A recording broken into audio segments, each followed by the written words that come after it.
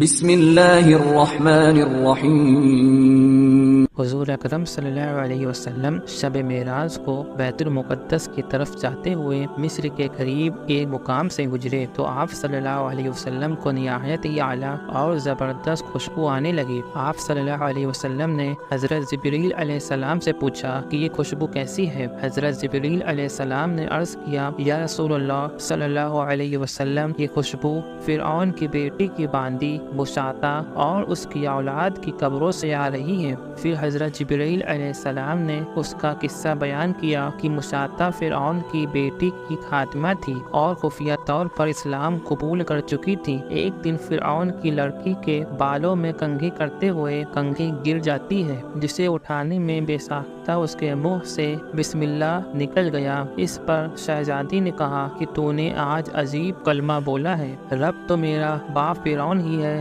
پھر تم نے کس کا نام لیا ہے؟ اس نے جواب دیا، فرعون رب نہیں بلکہ رب وہ اللہ ہے جو مجھے اور تجھے یہاں تک فرعون کو بھی روزی دیتا ہے۔ شہزادی نے کہا، اچھا تو میرے باپ کے علاوہ کسی اور کو اپنا رب مانتی ہے؟ اس نے جواب دیا، ہاں ہاں، میرا اور تیرا اور تیرے باپ فرعون کا بھی رب اللہ ہی ہے۔ شہزادی نے اپنے باپ فرعون سے یہ بات بتا دی تو فرعون سخت غضبناک ہوا اور اسی وقت اسے دربار میں بلوایا اور اس باندی سے کہا، کیا تو میرے سوا کسی اور کو اپنا رب مانتی ہے؟ اس نے کہا، ہاں، میرا اور تیرا رب اللہ ہی ہے جو بلندیوں اور بزرگی والا ہے۔ فرعون نے اسی وقت حکم دیا کہ تانبے کی جو گائے بنی ہوئی ہے اس کو خوب تپایا جائے اور جب بالکل آگ جیسی ہو جائے تو اس کے بچوں کو ایک ایک کر کے اس میں ڈال دیا جائے اور آخر میں اسے بھی اسی میں ڈال دیا جائے۔ چنانچہ وہ گرم کی گئی۔ جب آگ جیسی ہو گئی تو حکم دیا کہ اس کے بچوں کو ایک ایک کر کے اس میں ڈالنا شروع کرو۔ اس باندی نے فرعون سے کہا کہ تم میری ایک درخواست منظور کرو، وہ یہ کہ میری اور میرے بچوں کی یہ ہڈیاں ایک ہی جگہ ڈال دینا۔ فرعون نے کہا، اچھا، تیرا کچھ حقوق ہمارے ذمے ہیں، اس لیے تیری یہ درخواست منظور ہے۔ جب باندی کی دونوں بچیاں اس کے سامنے اس میں ڈال دی گئی اور فوراً جل کر راکھ ہو گئی، پھر سب سے چھوٹے کی باری آئی جو ماں کی چھاتی سے لگا دودھ پی رہا تھا۔ فرعون کے سپاہیوں نے اسے گھسیٹا تو اللہ کی اس نیک بندی کی آنکھوں کے نیچے اندھیرا آ گیا۔ اللہ نے اسی وقت اس ننھے بچے کو زبان دے دی اور اس نے بآواز بلند کہا، اماں جان، افسوس نہ کر، اماں جان، ذرا بھی پشو پیش نہ کر،